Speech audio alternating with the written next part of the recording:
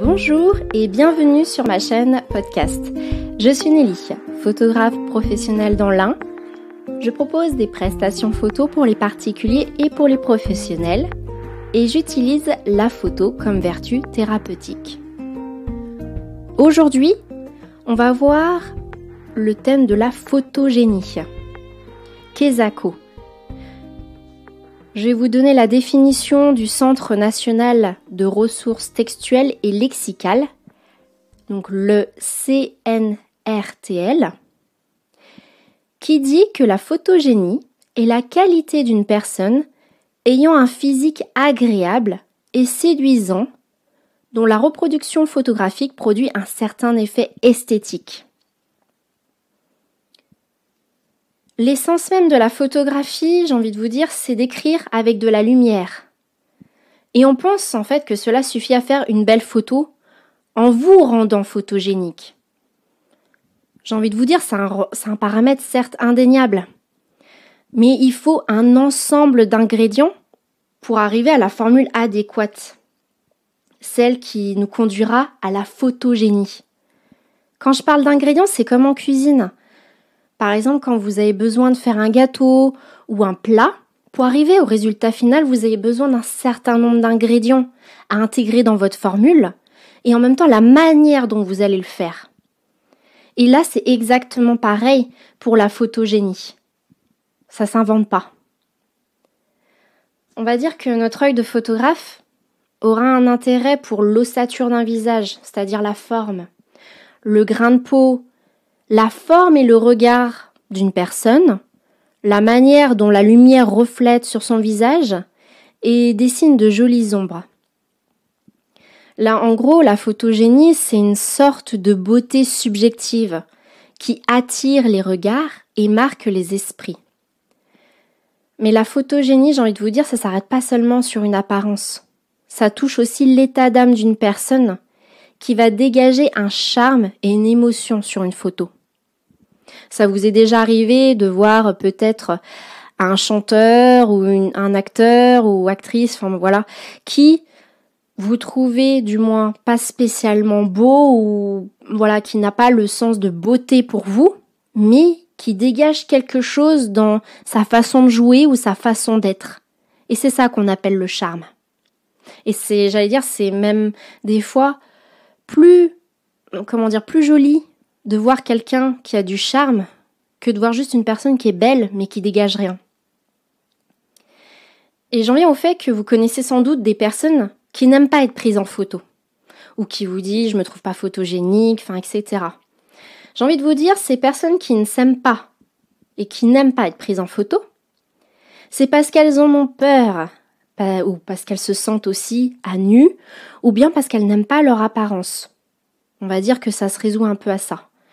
Dans tous les cas, on va dire qu'il y a comme une gêne, un conflit avec leur image et leur personnalité. Après, à l'inverse, on en a d'autres qui, eux, ont développé un narcissisme aigu. Donc j'ai envie de vous dire, l'idéal, c'est pas de tomber dans ces deux extrêmes, c'est d'être en adéquation avec vous-même. Vous ne devez pas être une personne qui veut s'effacer, disparaître, ne pas apparaître sur les photos et être une personne qui veut être trop présente sur les photos. J'ai envie de vous dire, dans les deux cas, c'est pas du tout... c'est pas révélateur et c'est pas non plus à votre avantage, que ça soit d'un côté ou de l'autre, entre une personne qui s'efface et l'autre qui s'exhibe trop. J'ai envie de vous dire, restez modéré, c'est ce qu'il y a de mieux. On en vient justement à la question, sommes-nous tous photogéniques ? J'ai envie de vous répondre, non. Mais attention, c'est pas un non catégorique, parce que je pense qu'on peut tous tendre à l'être. Pour moi, se trouver photogénique, j'ai envie de vous dire, par définition, c'est se trouver beau en photo. Et j'ai envie de vous dire, c'est pas quelque chose d'inné ni naturel. On se dit pas, tiens, je me trouve beau depuis la naissance, non. On va dire qu'on est tous différents par rapport à ça, par rapport à notre image. Et j'ai envie de vous dire, avec le temps, on a tous ce besoin grandissant d'exister à travers son image. Mais à trop s'exposer, on va dire qu'on se perd dans la faille de l'effet de mode et non l'image de sa propre personnalité. Et ça, c'est à cause de tout ce qui est médias, réseaux sociaux. On a tendance à voir de belles choses et on a vraiment envie, nous aussi, de montrer. Et c'est pas ça, être photogénique. Et c'est pas non plus de cette manière qu'on le devient. Et là, vous allez me dire, ok, c'est bien, tu nous as donné la définition, tu nous as expliqué un peu c'est quoi la photogénie en soi, mais comment on peut être photogénique? Parce que je suis sûre que parmi vous, il y en a qui disent non, je serai jamais photogénique, c'est pas possible. J'ai envie de vous dire si, vous pouvez. Et là, je l'ai résumé, on va dire, en 8 points. Apprendre à l'être. En premier point, c'est quelque chose qui paraît assez anodin et futile, mais qui, en fonction des personnes, peut être un exercice plus ou moins compliqué. J'ai envie de vous dire, entraînez-vous à sourire et à vous regarder devant un miroir. Oui, c'est quelque chose d'assez futile. On a tous, je pense, un miroir chez soi. Il y en a très très peu qui n'ont pas de miroir chez soi. Et j'ai envie de vous dire, il faut que vous passiez ce moment à vous regarder. Voilà, vous apprenez à vous sourire pour rendre votre visage plus harmonieux. Et en même temps, il faut que vous appreniez à vous regarder. Pourquoi je vous dis ça? C'est tout simplement parce qu'il faut que vous appreniez à vous confronter à vous-même. Parce que c'est pas facile, si facile que ça, de se regarder. Et là, c'est se regarder d'une manière totalement neutre. Et par la suite, en fait, il faut arriver à se dire ce qu'on voit, ce qui nous dérange et ce qu'on aime chez nous. Et pourquoi? Et quand je vous dis arriver à voir ce qu'on voit, ce qui dérange, c'est tout simplement là, vous allez critiquer et regarder votre apparence. Vous allez juger que sur ça. Et c'est là où j'en viens au deuxième point. Il faut que vous acceptez vos complexes. Parce qu'on en a tous. Après, ils sont plus ou moins handicapants en fonction des personnes, mais on a tous des complexes parce qu'on veut tellement être parfait et ça n'existe pas, j'ai envie de vous dire, arrêtez de croire à la perfection. Et c'est pas, j'ai envie de vous dire, la perfection, c'est pas forcément quelque chose d'intéressant non plus. Là, vos complexes, il faut que vous appreniez à les accepter. Mais comment on fait pour ça? Il faut que vous appreniez à berner votre esprit. En gros, il faut que vous soyez convaincu de qui vous êtes et de ce que vous représentez dans la réalité. Il faut que vous soyez convaincu de vous-même. Et c'est là où on en vient au troisième point. Il faut que vous compreniez le pouvoir de l'esprit. Il faut que vous arrêtiez de vouloir ressembler à quelqu'un d'autre. Et on en vient encore au problème des réseaux sociaux. Arrêtez de vous comparer. Et j'ai envie de vous dire, au lieu d'être influencé, parce que c'est un petit peu le monde de influençable, influenceur, arrêtez tout ça au lieu d'être influencé parce que vous voyez, admirez-vous. Vous êtes une personne, vous pouvez vous auto-influencer. Et je pense que c'est plus important pour vous, et puis même gratifiant et même pour votre estime, de vous admirer vous et pas d'admirer quelqu'un d'autre. Parce que là, vous voulez ressembler à une personne que vous ne serez jamais. Parce qu'on est tous uniques. Vous êtes uniques. Cette personne que vous voyez en photo ou en image, elle est aussi unique. Et j'ai envie de vous dire, dans ce monde un petit peu de vidéos, photos, on ne sait pas trop faire la part des choses entre ce qui est réel et pas. Et vous avez tendance à croire que si vous voyez ça, c'est que ça existe et que vous pouvez l'être. Ça peut être une source de motivation ou un challenge. Mais en aucun cas, vous devez arrêter de vouloir ressembler à une personne qui n'est pas vous. Et donc, il faut que vous appreniez à comprendre ce pouvoir de l'esprit. Et on en vient à ce quatrième point où vous essayez du moins, de vous concentrer sur ce qui vous rend unique. Et il faut que vous en soyez fiers.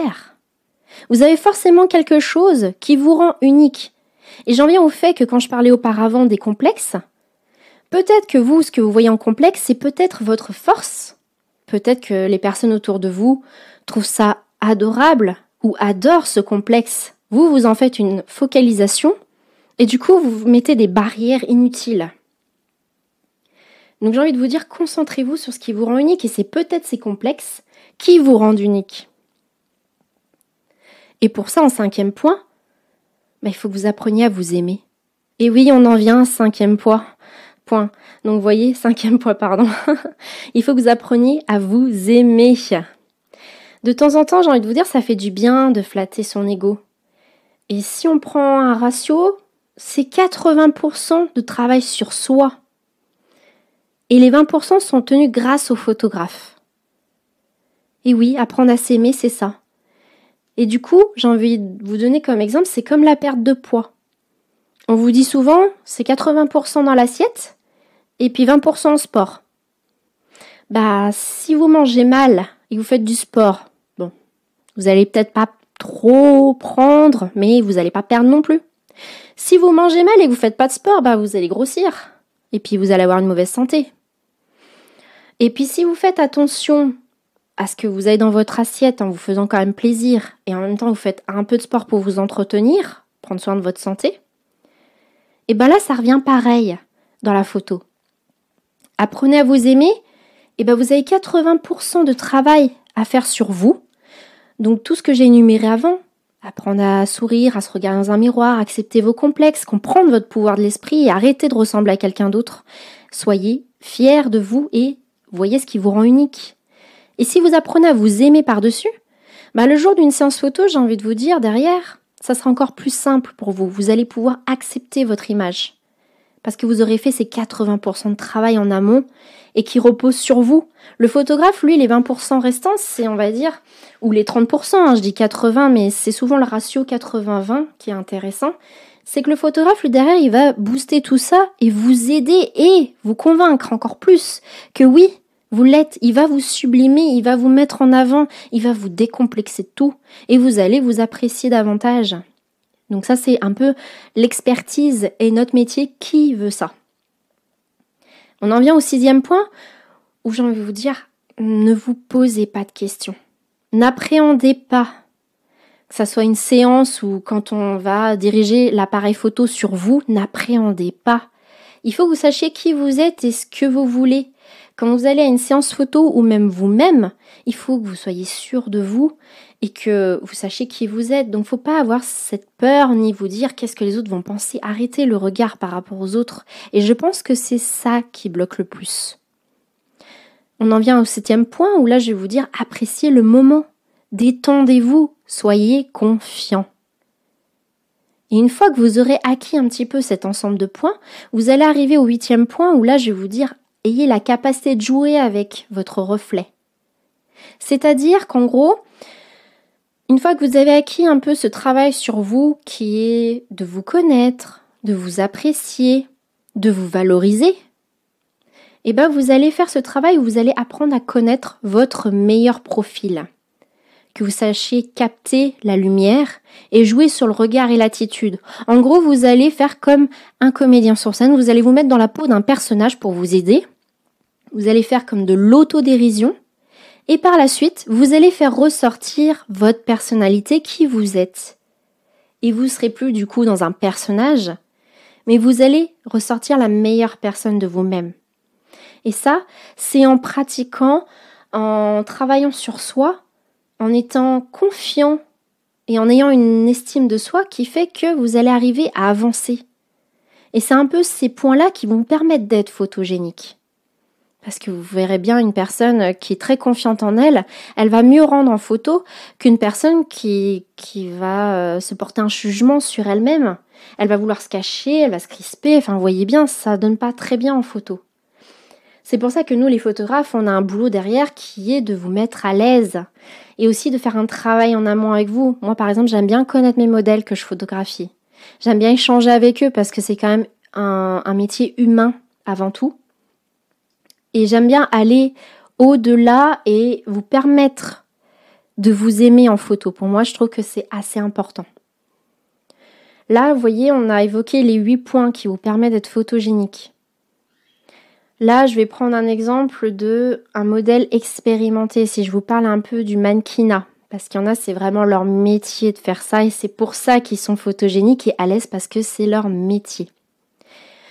Eux, on va dire qu'ils n'ont pas seulement développé l'art de l'interprétation. L'interprétation, c'est-à-dire le ressenti, l'émotion, qu'est-ce qu'ils veulent dégager à travers la photo. Ils ont appris une certaine forme de rôle. Ils savent comment mettre en avant cette interprétation, ce qu'on attend d'eux sur des photos. Et ça, j'ai envie de vous dire, ils l'ont acquis par un savoir relatif à leur propre photogénie. Ils se connaissent, ils savent à quoi ils ressemblent, ils savent qui ils sont. Et par leur image, ils ont déjà beaucoup conscience de l'image qu'ils reflètent. Et ils sont capables de savoir comment poser, comment donner cette expression, qu'est-ce que ça va rendre sur eux. Ils ont déjà la vision de ça. Donc ce sont des modèles, notamment les modèles expérimentés, qui se connaissent très bien eux-mêmes.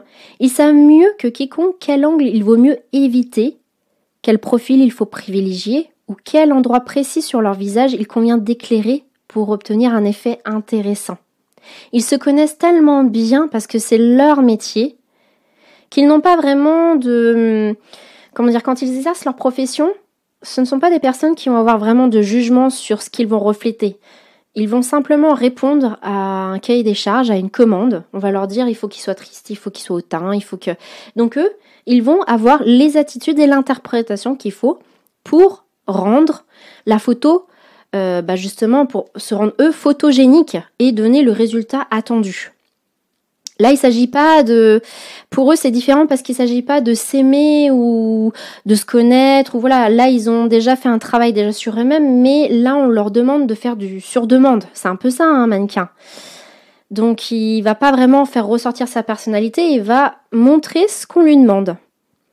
Et j'ai envie de vous dire, vous, très cher auditeur, vous n'êtes pas comme moi, un mannequin. On n'est ni vous ni moi, nous sommes des mannequins ni des modèles expérimentés.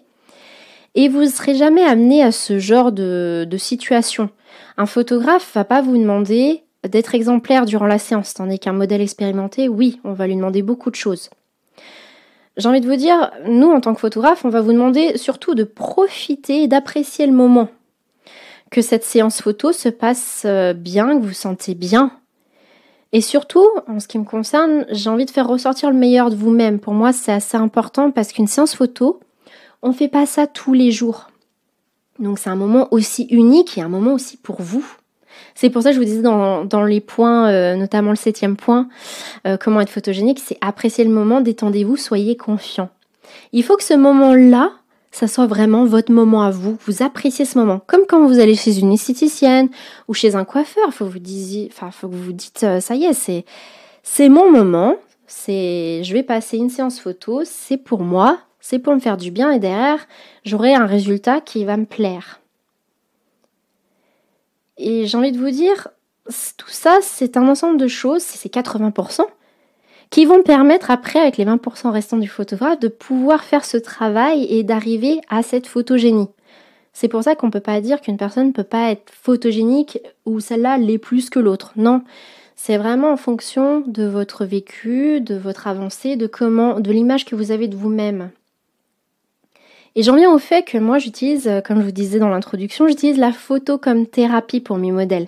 Et je peux vous assurer que ça marche. Après, vous savez, il y a des modèles qui des fois sont timides, d'autres qui, comme je vous disais, n'ont pas une bonne image d'eux ou sont trop difficiles avec eux, pas assez tolérants.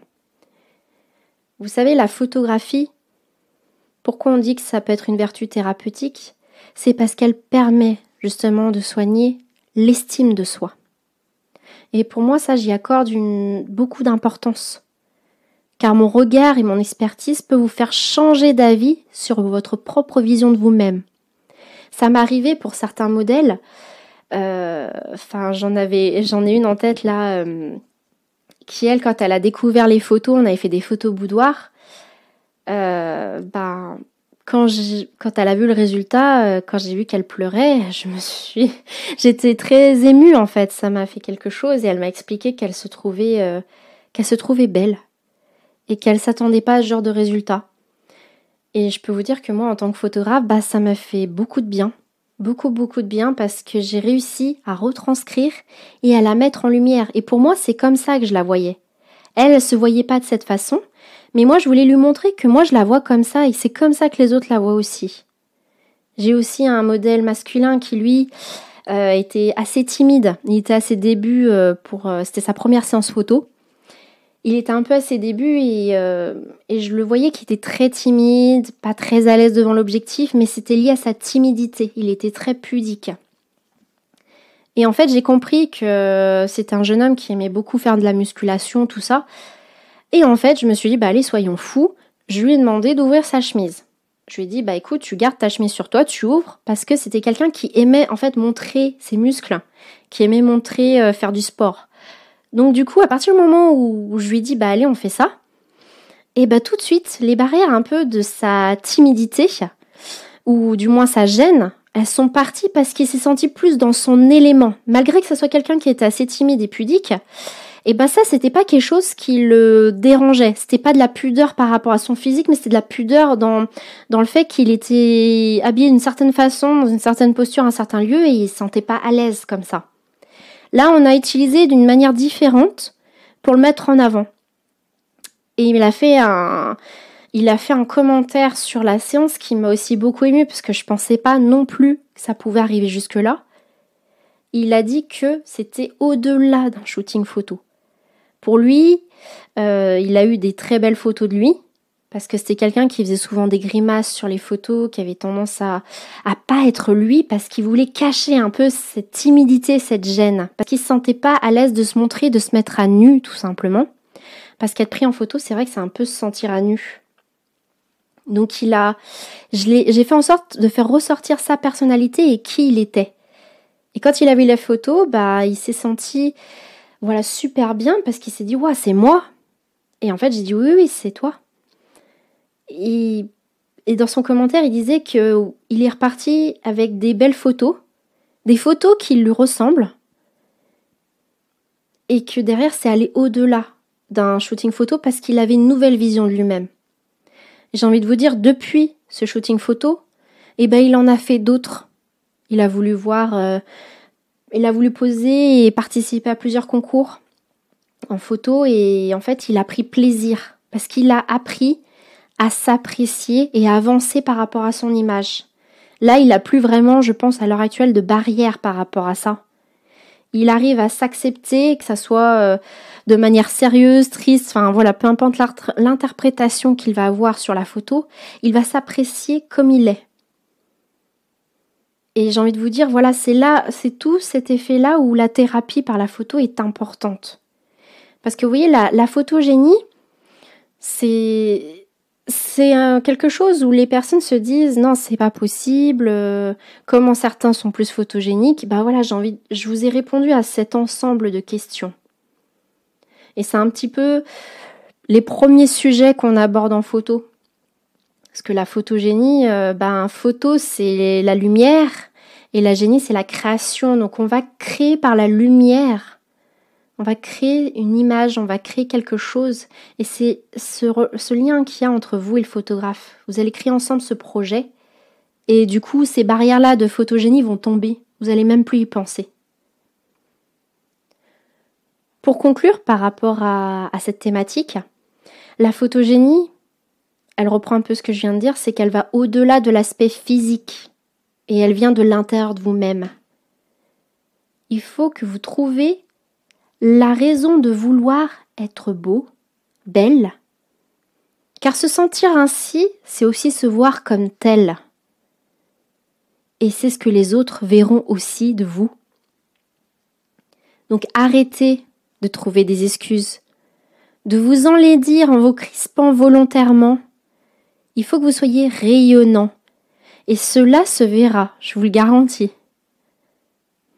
Ainsi, pour répondre à la question « Sommes-nous tous photogéniques ?», on va dire que d'une certaine manière, nous pouvons tous devenir photogéniques.